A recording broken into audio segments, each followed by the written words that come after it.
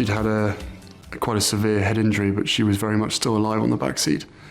And those people that caused the accident, instead of helping, were taking photographs of her dying on the back seat. It's despicable.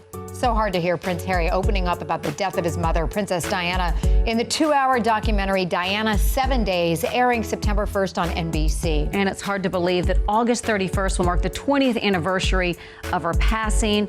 And a lot is made of her flawless style, Natalie. What she wore always made headlines. And charting every fashion choice was her friend and journalist, Tina Brown. Tina, let's talk about her style. When Diana came into our consciousness, you know, she was very much the Sloane Ranger, as she was known as then, you know, the girl who came from Sloane Square, who wore little Peter Pan collars and you know, cardigans and little flat shoes. Former Vanity Fair editor Tina Brown first met her friend Diana, then known as Shy Di, around the time she got engaged to Prince Charles. Just 19 years old and living in London's Sloane Square neighborhood, Diana's style was not as sophisticated as it would become, but Tina says even back then, she made an impact. Her sort of country girl look created a whole fashion line. I mean, in London at the time, you know, when I was, you know, in my 20s, we were all just dressing like Diana in these cardigans and skirts and little, you know, strands of pearls.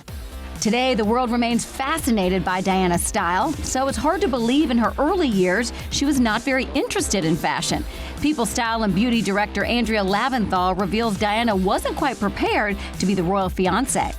She apparently only had 3 outfits in her closet and had to borrow clothes from her friends, which is kind of crazy when you think about what she became. Diana's wedding dress embodied the frilly style she favored in those years, featuring 10,000 pearls and a 25-foot train. It was designed by Elizabeth Emanuel and her husband David. But she looked at all the shapes, tried things on, and eventually she settled on one shape that looked really good on her, with a tight waist, frills. So that was the look then, with the big puffy sleeves and the big skirt. And then she went through the 80s and she became, the look was what they called Dynasty Di, where she became, you know, big shoulders and big hair. As her confidence grew during the mid-'80s, Diana made bolder fashion choices. In fact, the Victor Edelstein dress she wore to a White House state dinner in 1985, the one when she famously danced with John Travolta, was considered a departure from her usual safe style.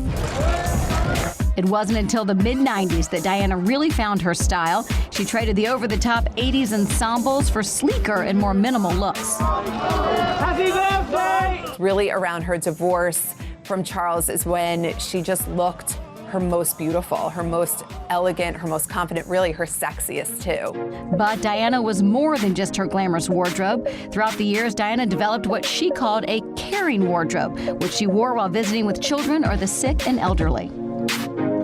She would do a lot of bright colors, things that felt very cheerful. She was very careful not to wear a hat because she said you couldn't cuddle with somebody if you had a hat on. And she even said that when she went to visit children, she would sometimes wear chunky jewelry so they would have something to play with.